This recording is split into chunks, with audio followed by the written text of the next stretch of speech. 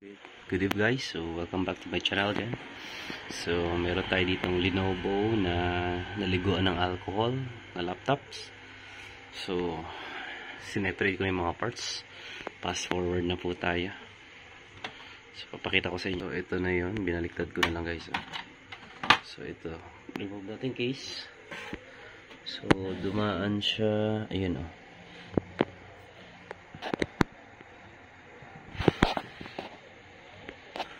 Yan, susunog yung ano ng hard drive. So yun guys, oh. Yung slot nung ating ano nasunog sa hard drive. So wala na po tayong ibang another slot maliban sa CD-ROM. So wala na siyang SATA type or SSD type na other storage. So wala na, nadali na po. So yung sunog na sunog. Actually ito yung guys, ito yung connectors ng hard drive natin. So ito yung SATA connectors. Yan, sunog. So nag-leak siya guys. Actually may moisture pa guys, so lilinisin natin yan ngayon, tapos titignan natin kung may mga leak pa yan, parang may basa-basa pa. Tapos lalagyan natin siya ng tape. Lalagyan ko ng tape ito guys, cover niya just in case ulit na maulit. So far natest namin yung hard drive. So goods naman yung hard drive. Natest namin to sa PC ni Madam, medyo matagal lang. So buti na lang po naka-order din ako ulit ang ganito. So ito yung magiging CD-ROM ni Madam. Actually wala tayong connectors papunta dito kasi plastic ito. Well, pwede naman pong tanggalin. May mga naka-reading parts naman na pwede siyang gawing. Okay, so tatanggalin na lang natin yung drives nito, tapos yun na lang ilalagay natin dito. Okay, so win-win situation pa rin. Okay, so lilinisin pa rin natin to guys. Check pa rin natin, baka may tubig, and then okay. So alcohol guys ang pumatak dito, hindi pala tubig. Alcohol, kaya mabango. So dun siya galing. Okay, so let's go. Gawin natin. Ito time-lapse ko guys to. Or sige lang. So dito na lang natin siya ilalagay.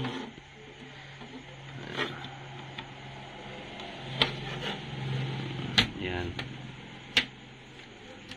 Ayun, mayroon pala siya design. Alright.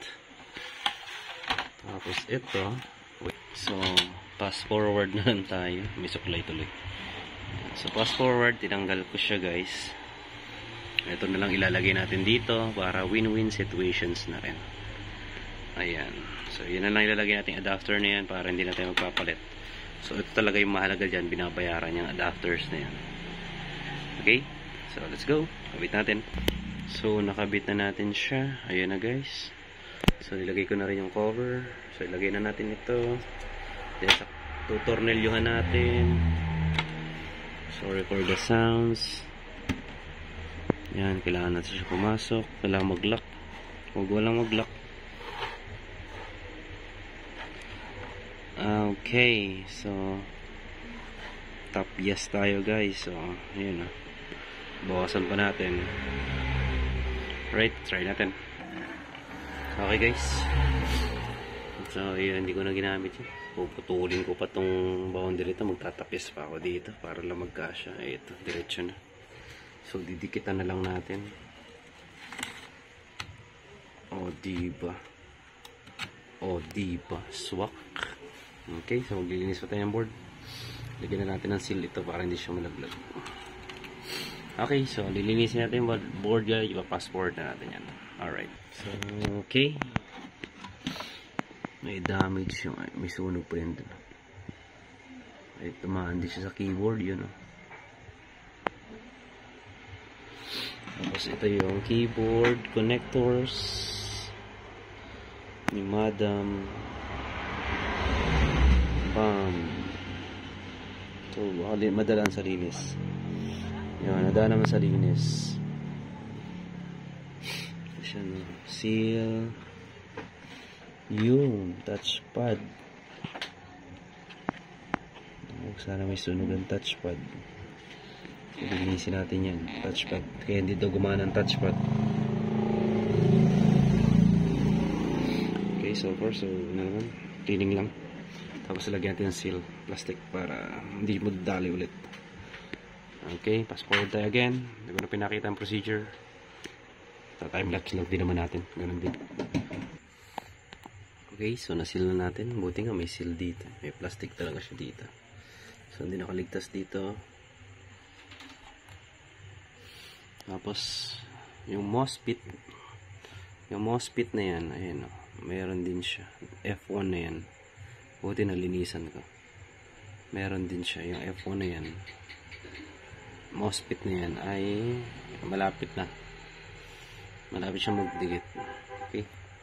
So, nalinisan na natin, and then babalik na natin yung board. Okay, so nakabit na natin yung board. So nalinis na natin itong flex ito sa keyboard. So natape na natin, nalinis na rin natin yung sa touchpad. So sabi sa touchpad di kasi gumana. So meron nga, may ground sa touchpad. Sana okay yung touchpad pa rin. Yan, nalagyan na natin yung seal, nalinis natin gamit ang brush. Tapos naglagay na tayo ng cover para just in case tumulo, mabasa ulit, hindi siya aapaw. Okay, hindi siya tatagos. So ito na yung ating hard drive. So insert na natin siya. Lagyan na lang natin ng seal. So insert natin. Alright, fitted. And then yung charger. Natry natin kung mabubuhay. Or, teka lang. Okay, so nakabit na natin yung battery. Ito, try lang muna natin. So, dito natin malalaman yung moment of truth.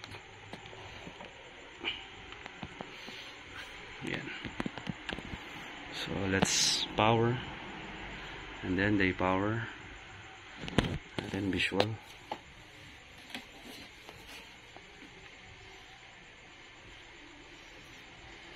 Okay. Display. Okay, nag-repair. So, yeah, let them to repair. Yan natin. Balikan natin siya mamaya. So, yan, nagre-repair siya. Kasi nung time, BIOS lang siya ng BIOS. So, yung baga naman, sira. Oh, sunog. Oh. Ilang pin yun. Dinisconnect ko na rin yan, guys. Para just in case. Okay, so buti na lang meron tayong devices ang nagsalba itong CD-ROM. Ayan, so continue natin siya Windows 11. Ayan, para ma-check natin yung mga files ni ma'am and then maintenance. Backup pa natin yung mga files niyan. Alright, nag-loading diba? Loading siya. So ayan, napakabagal lang guys. So may maintenance pa natin yan. Okay, ayan yung mouse niya. So ayan, Windows 11 napakabagal. Kung magpapalit ng SSD, pwede na. So hintayin pa natin yan. O diba, tagal din. So ayan, hintayin natin Intel inside na yan. So ayan guys, okay na siya. Pero may maintenance pa na natin. And then iba-backup ko pa yung files ni Madam sa ibang PC. So okay, so at least meron po yung mga CD-ROM po, pwede po siyang lagyan ng additional hard drive for just in case nagkaroon po ng ganong problem. Ayan po, tignan nyo sunog. So iwasan nyo kung matapunan ng alcohol ito or else huwag nyo munang bubuhayin. Mas maganda huwag bubuhayin, i-force shutdown nyo guys kagad. Pag nabasa ng tubig, force shutdown, long press, and then huwag nyo munang bubuhayin. Tapos saka natin linisan. O, ipalinis nyo po kung sino man po yan. Pwede maglinis ng yung laptop. Basta huwag lang siya mabubuhay. Ida-dry. Huwag ilulubog sa bigas. So, kailangan malinisan na kagad muna. Kasi, may seal pa naman yan eh. Kaya hindi pa yung magdadalo. Kaya long press nyo kung anumang power. Okay, so maraming salamat guys. And don't forget to subscribe to my channel. And please like and share guys this video. Also my page. Please follow my page guys, BNB. And this YouTube channel is BNB. So, more on technicals and ano siya. So, maraming salamat guys. I hope na may naroon kayong ideas. At hindi ko na masyadong video details. At medyo mahaba ang video. Tsaka hindi na rin ako naglalagay ng music or napapagod na ako sa mga ano ng YouTube policy. So counting kipot, counting okay, so hindi tayo pwede magsalita about sa kanila. So maraming salamat guys. Ayan, okay na yun kay ma'am. And then see you on my next another technicals video. So goodbye and God bless. Ayun, ang daming files ni ma'am. Gawa na yung touchpad oh. Kaya nga pala, hindi nga pala nagana yun sabi ni ma'am. Alright, so let's go. Goodbye and see you in my next video.